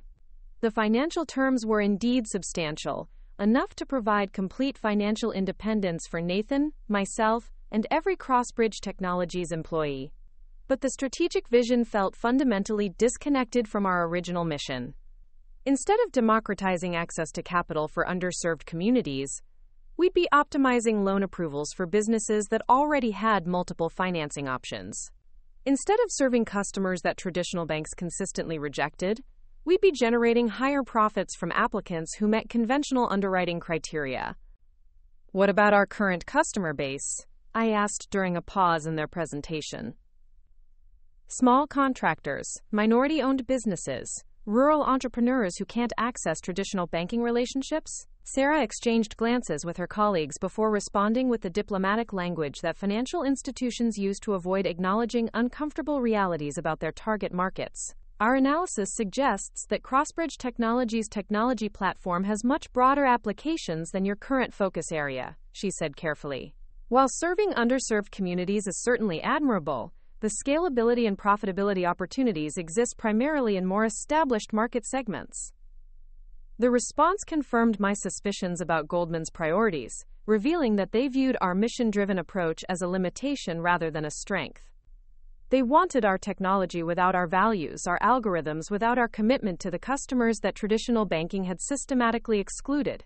Nathan asked detailed questions about integration timelines, employee retention policies, and decision-making authority for future platform development. His inquiries were thorough and professional, evaluating Goldman's proposal with the analytical rigor that had characterized every major business decision we'd made together. After 3 hours of presentations and discussions, we requested time to consider the offer before providing a response. Goldman agreed to a 2-week evaluation period, expressing confidence that our analysis would demonstrate the substantial benefits of joining their organization. The flight back to Austin provided quiet time to process the implications of Goldman's proposal and its relationship to our long-term goals for CrossBridge Technologies. Nathan reviewed financial projections while I considered the strategic and personal factors that would influence our decision. It's a good offer, Nathan said eventually, acknowledging the objective attractiveness of Goldman's terms. Probably better than anything we'd receive from other potential acquirers. But, I prompted, sensing reservation in his tone despite his positive assessment. But it would fundamentally change what we've built, he continued. We'd become employees of a traditional financial institution, implementing their priorities instead of pursuing our own vision. The observation captured my own concerns about the acquisition, beyond the specific details of integration plans or employee retention policies. Goldman Sachs represented the financial establishment that had initially dismissed our innovations, now seeking to acquire and redirect our technology toward more conventional applications. There's something else to consider, Nathan added, pulling out his tablet to show me an email that had arrived during our flight. Vincent Torres wants to meet with us next week. He has a proposal that might provide alternative options for scaling our operations. Vincent had been our first major investor, providing Series A funding that had enabled CrossBridge Technologies' initial expansion, while maintaining our focus on underserved communities. His continued involvement suggested confidence in our mission-driven approach and possibly access to resources that could compete with Goldman's acquisition offer. The meeting with Vincent took place at his downtown Austin offices, a converted warehouse space that housed his venture capital firm alongside several early-stage technology companies. The environment felt more familiar and collaborative than Goldman's corporate headquarters, reflecting the entrepreneurial culture that had nurtured CrossBridge Technologies from its earliest stages. I heard about Goldman's interest, Vincent began without preamble, settling behind his desk with the direct communication style that had characterized our relationship from our first investor presentation. Before you make any decisions about acquisition, I want to present an alternative that might better serve your long-term objectives. Vincent outlined a growth strategy that would provide the capital needed for national expansion, while maintaining CrossBridge Technologies' independence and mission focus. Instead of selling to Goldman Sachs, we could accept additional investment from a consortium of impact investors who specialized in companies that generated both financial returns and positive social outcomes. The funding would be substantial, Vincent explained, reviewing term sheets that had been prepared by his investment team. Enough to compete directly with traditional financial institutions while maintaining your focus on underserved communities. You'd retain operational control and decision-making authority over strategic direction. The proposal felt more aligned with our original vision for CrossBridge Technologies, providing resources for expansion without requiring us to abandon the customers and values that had motivated our work from the beginning. But it also represented a more challenging path than Goldman's acquisition, requiring us to compete against established institutions with vastly superior resources and market relationships. What's the timeline for this alternative? Nathan asked, evaluating the practical considerations that would affect our ability to execute Vincent's proposed strategy. 6 months to close the funding round, another year to establish national operations, Vincent replied. It's a longer path than acquisition, but it preserves what makes CrossBridge Technologies special, while giving you the resources to scale that mission nationally. The choice between Goldman's acquisition and Vincent's expansion proposal represented more than different business strategies. It was a decision about whether we valued financial security over mission alignment, whether we prioritized short-term rewards over long-term impact, and whether we were willing to risk everything we'd built for the chance to pursue our original vision on a national scale.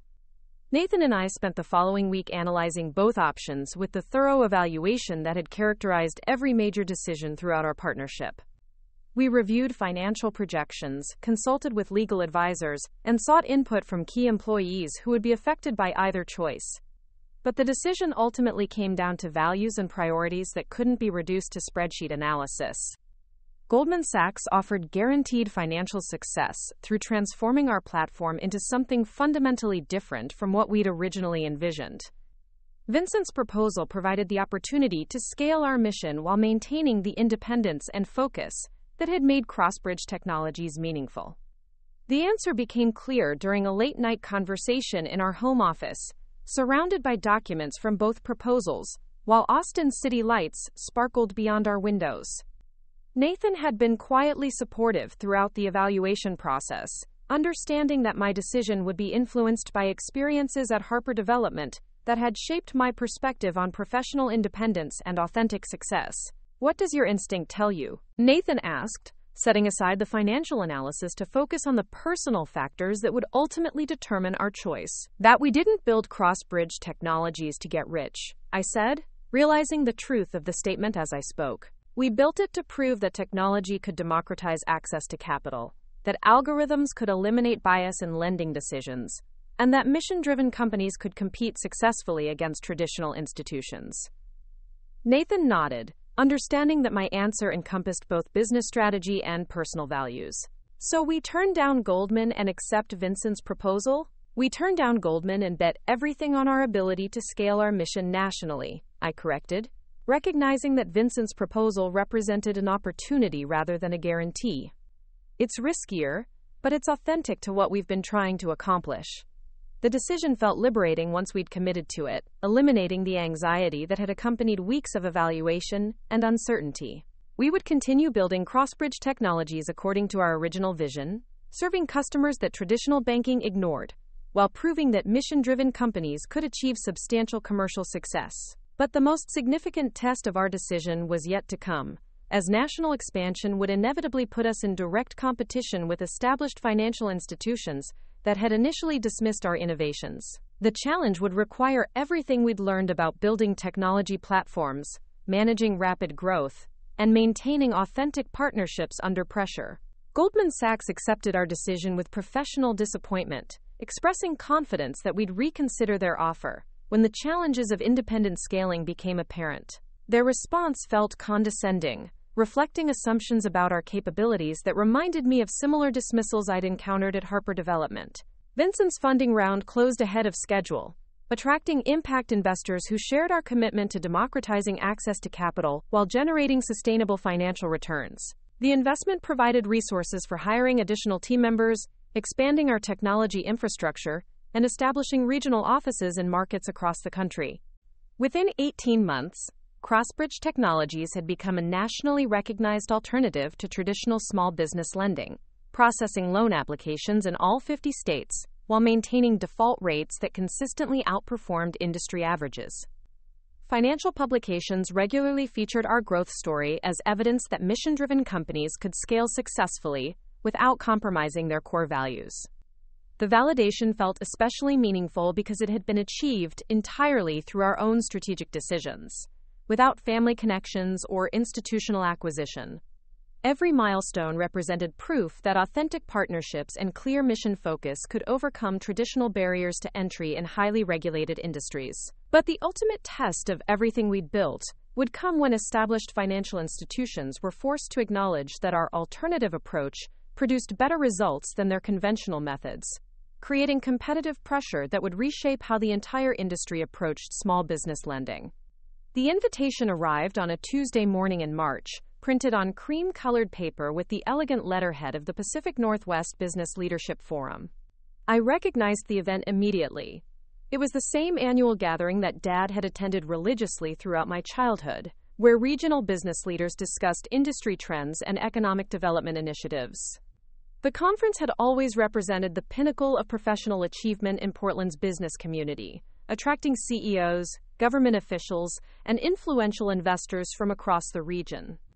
This year's theme was Financial Innovation and Economic Inclusion, with a specific focus on how new technologies were reshaping access to capital for small businesses and underserved communities.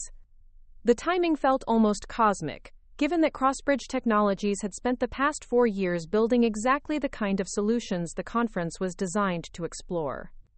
The invitation included a personal note from the conference organizers, acknowledging my role as CEO of a nationally recognized fintech platform, and requesting that I deliver the opening keynote address about entrepreneurial innovation in financial services. The recognition felt surreal.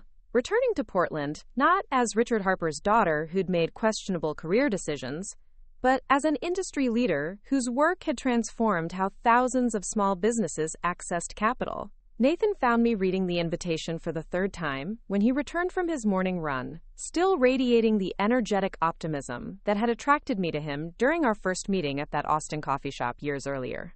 His daily exercise routine had become more important as Crossbridge Technologies grew, providing mental clarity that balanced the constant demands of managing a rapidly expanding technology company.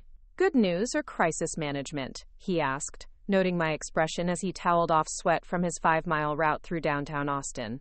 Invitation to speak at the Pacific Northwest Business Leadership Forum, I said, handing him the conference materials. It's Portland's most prestigious business conference. Dad has attended every year since the 1990s. Nathan scanned the invitation details while sipping the protein smoothie that constituted his standard post-workout breakfast. His analytical mind immediately processed the strategic implications of speaking at such a prominent regional event, understanding how the exposure could benefit Crossbridge Technologies, while potentially creating complicated family dynamics. This is huge, he said, reviewing the list of previous keynote speakers that included Fortune 500 CEOs and federal regulators. The audience includes exactly the kind of institutional investors and policymakers we need to reach for our next expansion phase. The business opportunity was undeniable. Portland's conference attracted decision-makers from across the Pacific Northwest, including representatives from major banks, insurance companies, and government agencies that could become significant partners for Crossbridge Technologies. Speaking to this audience could accelerate our expansion into markets we'd been targeting for months. But the personal implications felt equally significant. Returning to Portland as the featured speaker at an event Dad considered professionally essential would represent a complete reversal of the circumstances surrounding my departure 5 years earlier. Instead of being dismissed as someone who'd made questionable career choices, I'd be positioned as an expert whose insights were worthy of industry-wide attention. "Are you concerned about seeing your family again?" Nathan asked, reading my expression with the perceptiveness that had developed through years of partnership. The question required careful consideration. My relationship with Dad had improved significantly since our reconciliation at the Denver Construction Awards, evolving into occasional phone calls and professional updates that acknowledged our mutual respect without attempting to repair deeper family dynamics.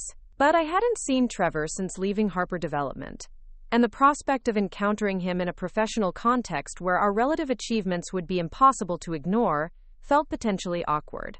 "Not concerned exactly," I said slowly, "but curious about how much things have changed, and whether this represents genuine progress or just another family performance."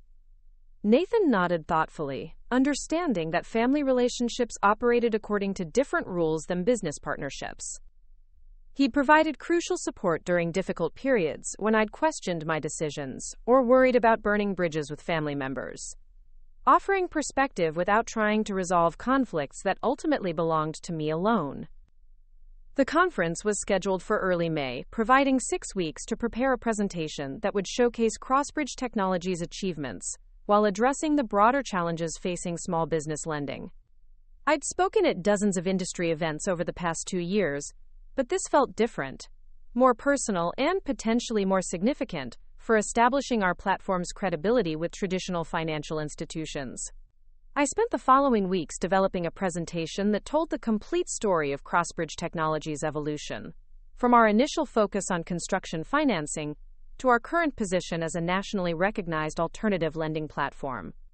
The narrative would demonstrate how mission-driven companies could achieve commercial success while serving customers that traditional banking had systematically excluded. But I also wanted to address broader questions about innovation, risk-taking, and the courage required to pursue unconventional solutions to persistent problems. The Business Leadership Forum attracted established executives who'd built their careers within existing institutions, and I hoped to challenge their assumptions about entrepreneurship and technological disruption. The presentation took shape as a combination of business case study and personal reflection, illustrating how individual decisions to pursue authentic goals could create meaningful change in entire industries. I included specific examples of small business owners whose dreams had been realized through access to capital that our platform provided, demonstrating the human impact of financial innovation beyond abstract metrics and growth projections. Nathan provided valuable feedback throughout the presentation development process, helping me balance technical explanations with strategic insights that would resonate with diverse audience backgrounds.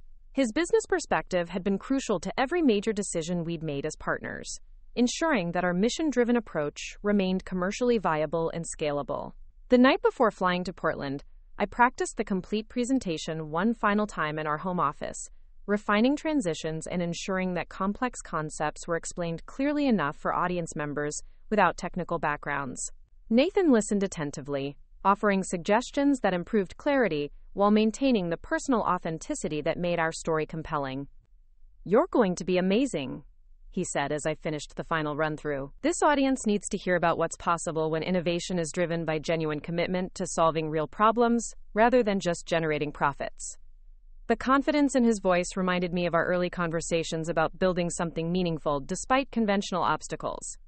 Nathan had believed in our potential before we had evidence to support that belief, providing the external validation that allowed me to trust my own judgment about business strategy and personal choices. Portland welcomed me with familiar drizzle and the distinctive scent of coffee and evergreen trees that had defined my childhood. The city had continued evolving during my 5-year absence, with new high-rise buildings and technology companies that reflected the broader economic transformation reshaping the Pacific Northwest. But the basic character remained unchanged. A place where natural beauty coexisted with urban sophistication, and where business culture valued sustainability alongside profitability. The conference took place at the Portland Art Museum, an elegant venue that provided an appropriate setting for discussions about creativity and innovation in business leadership. I arrived early to review the presentation setup and familiarize myself with the auditorium, where I'd be addressing over 800 regional business leaders. The morning registration period allowed me to observe attendees as they collected conference materials and networked in the museum's main gallery. I recognized several faces from business publications and industry events, including executives from major regional banks and technology companies whose names I'd known since childhood. These were the people who'd shaped Portland's economic development throughout my formative years, and now I was positioned to influence their thinking about financial innovation and entrepreneurial success. Dad arrived about 30 minutes before my scheduled presentation, accompanied by several Harper Development Board members who'd probably attended the conference annually for decades. He looked distinguished in the conservative business attire that had characterized his professional appearance throughout my childhood, projecting the authoritative presence that had impressed colleagues and clients for over 30 years. We exchanged brief greetings during the pre-presentation reception, maintaining the polite professionalism that had characterized our interactions since the Denver reconciliation. But I noticed something different in his demeanor, a combination of pride and nervousness that suggested he was genuinely uncertain about how my presentation would be received by his professional peers. "I'm looking forward to your remarks," Dad said as conference organizers began directing attendees toward the main auditorium. "It's been interesting to follow Crossbridge Technology's growth from a distance. You've built something impressive." The comment felt more personal than his usual business-focused observations, acknowledging not just my company's success but my role in creating that success through decisions he'd initially questioned. I wondered if he'd connected my current achievements to the innovations I'd developed at Harper Development, or if he viewed Crossbridge Technologies as evidence that leaving his company had been the right choice for everyone involved. The auditorium filled quickly as conference attendees took their seats for the opening keynote presentation. I waited in the wings, reviewing my notes one final time while listening to the introduction that positioned me as a regional entrepreneur whose work was transforming access to capital for small businesses nationwide. Our opening speaker this morning represents the innovative spirit that defines successful entrepreneurship in the modern economy, the conference moderator announced to the assembled audience. Zoe Harper, CEO and founder of Crossbridge Technologies, has built a nationally recognized platform that has processed over 100,000 loan applications while maintaining default rates significantly below industry averages. Please join me in welcoming her to discuss innovation, risk, and the courage to disrupt traditional industries. The applause was immediate and enthusiastic as I walked onto the stage, carrying myself with the confidence that had developed through years of building something meaningful alongside a partner who valued my contributions.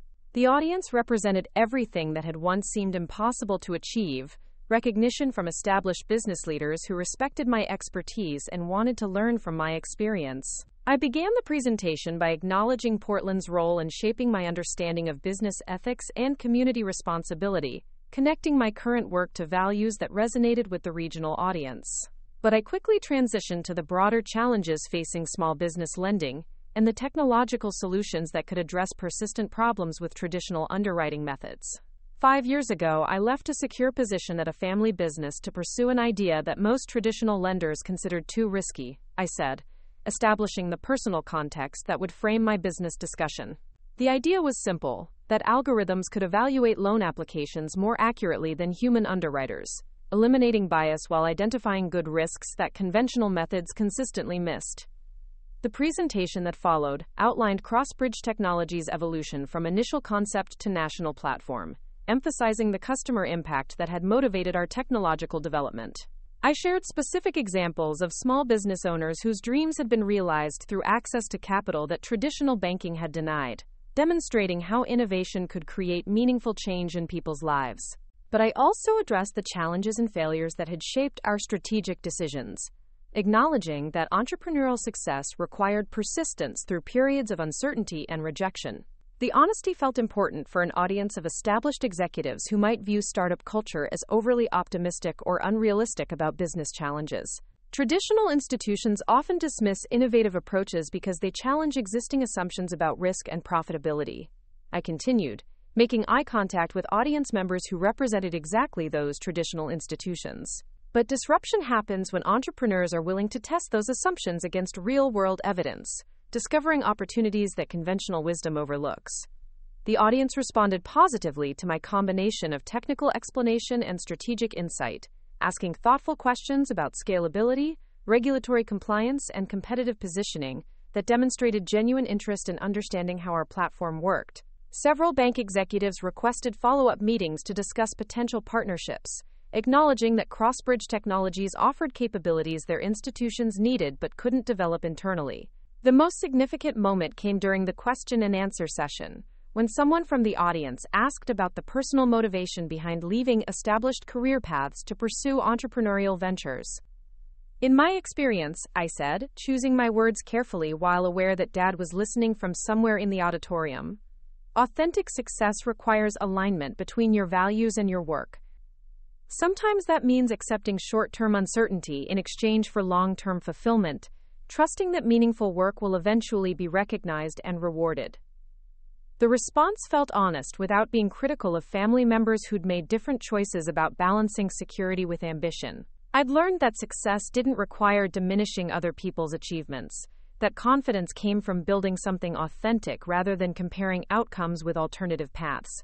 The presentation concluded with extended applause and numerous requests for business cards and follow-up conversations.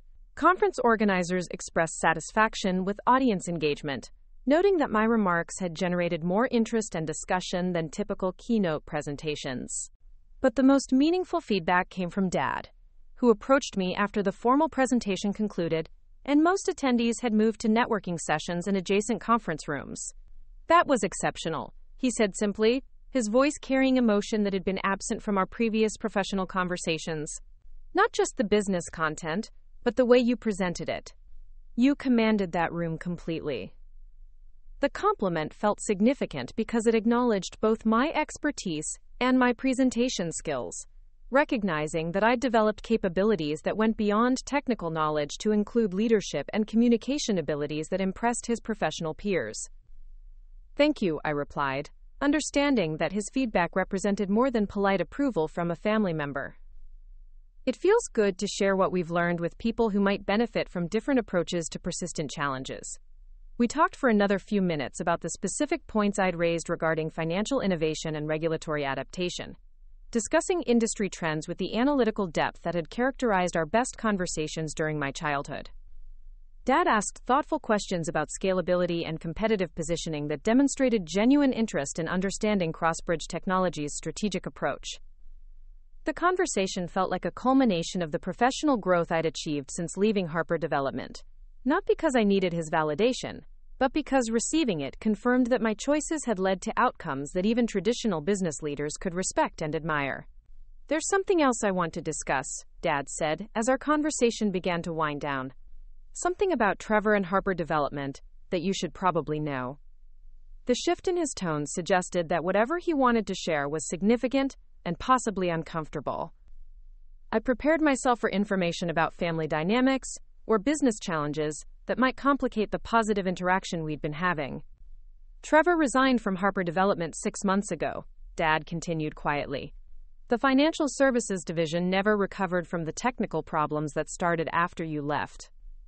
We couldn't maintain the platform effectively, and clients began switching to competitors who offered more reliable service."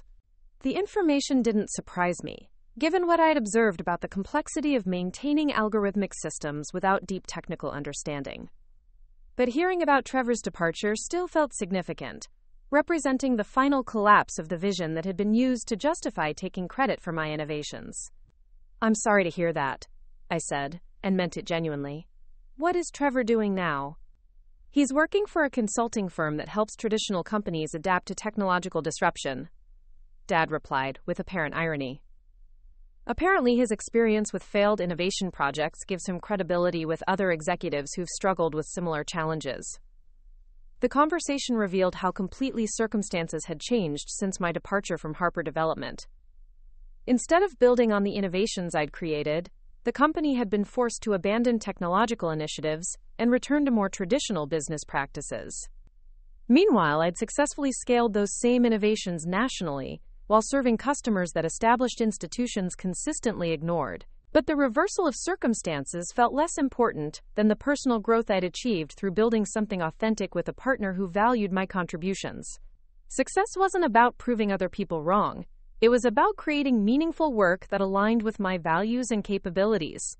"I want you to know," Dad said as we prepared to rejoin the broader conference activities, "that watching your presentation today made me realize how much potential I failed to recognize when you were at Harper Development. Your mother and I always knew you were capable, but we didn't understand the scope of what you might accomplish given the right opportunities." The admission felt like closure on years of family tension and professional disappointment.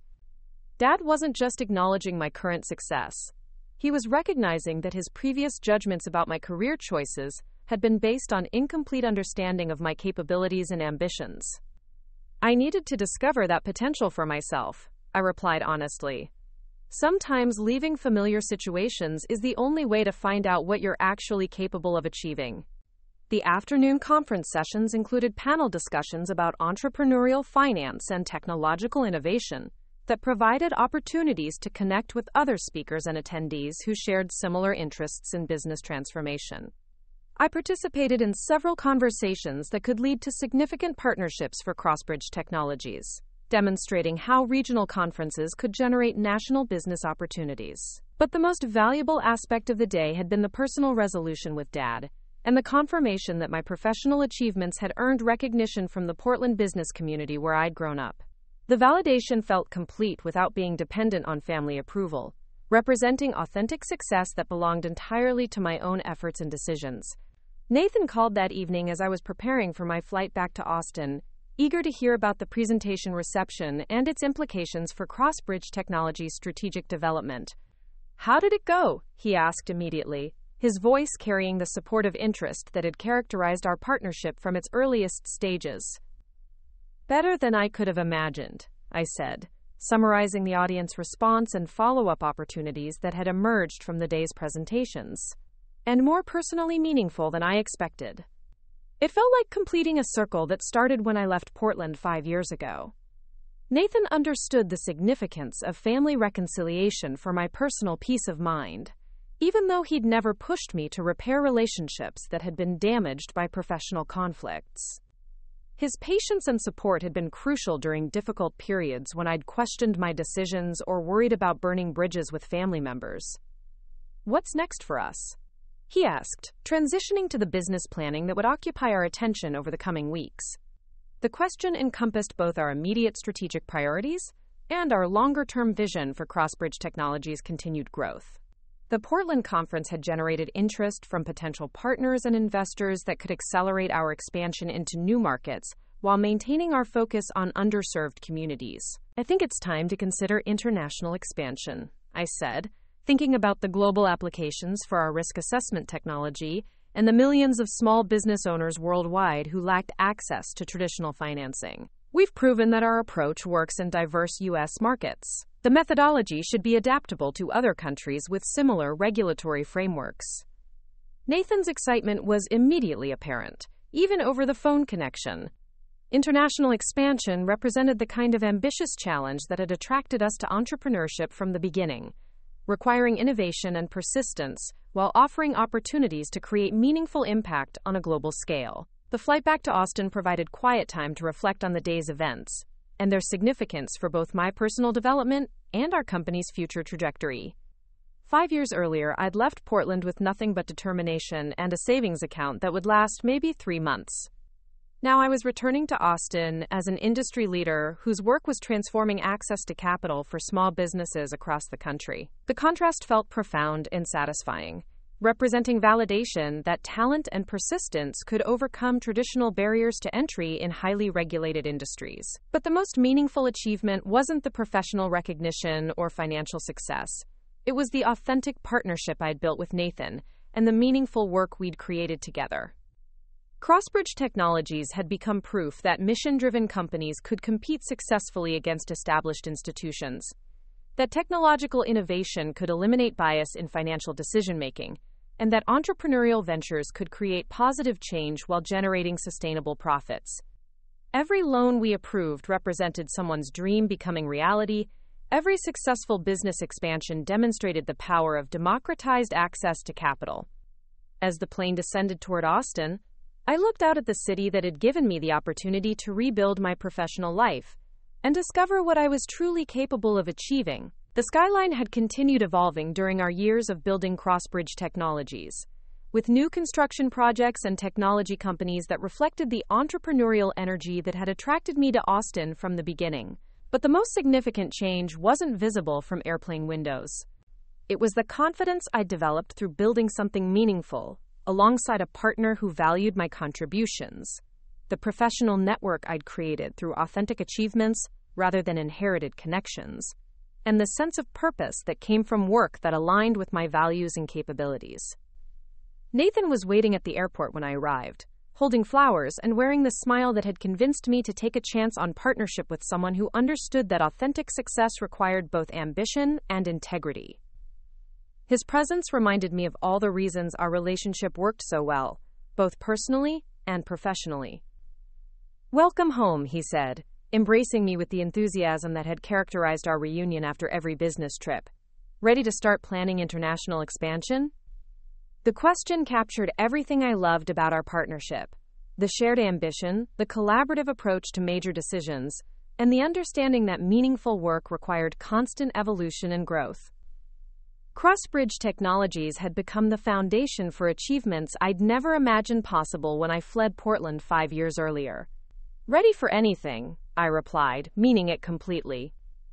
The drive home took us through downtown Austin, past the converted warehouse, where we'd first established Crossbridge Technologies, and the co-working spaces where I'd struggled to find employment during those early months of uncertainty. Every landmark reminded me of how far we'd traveled together, both as business partners and as people who'd chosen to build something authentic despite conventional obstacles. Our house in South Austin had become the informal headquarters for strategic planning sessions and late-night brainstorming that shaped Crossbridge Technologies' direction. But it was also the place where we'd built a personal relationship that felt as collaborative and sustainable as our professional partnership. As we settled in our home office that evening, surrounded by business plans and growth projections for international expansion, I realized that the Portland conference had provided more than professional validation or family reconciliation. It had confirmed that the difficult decision to leave familiar circumstances and pursue uncertain opportunities had led to outcomes that exceeded any previous imagination. The success belonged entirely to choices Nathan and I had made together, problems we'd solved collaboratively, and risks we'd accepted in pursuit of meaningful work. No one could take credit for our innovations, dismiss our contributions, or claim that our achievements resulted from inherited advantages rather than genuine effort.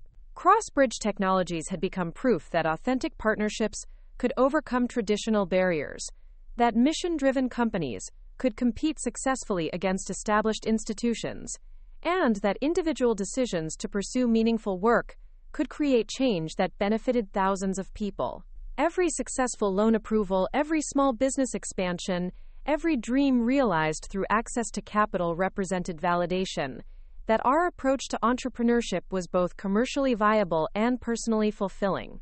The journey from Portland to Austin, from family disappointment to industry recognition, from inherited expectations to authentic achievement, had required courage and persistence that I'd never known I possessed. But the most important discovery was that meaningful success didn't require diminishing other people's accomplishments or proving that conventional approaches were wrong.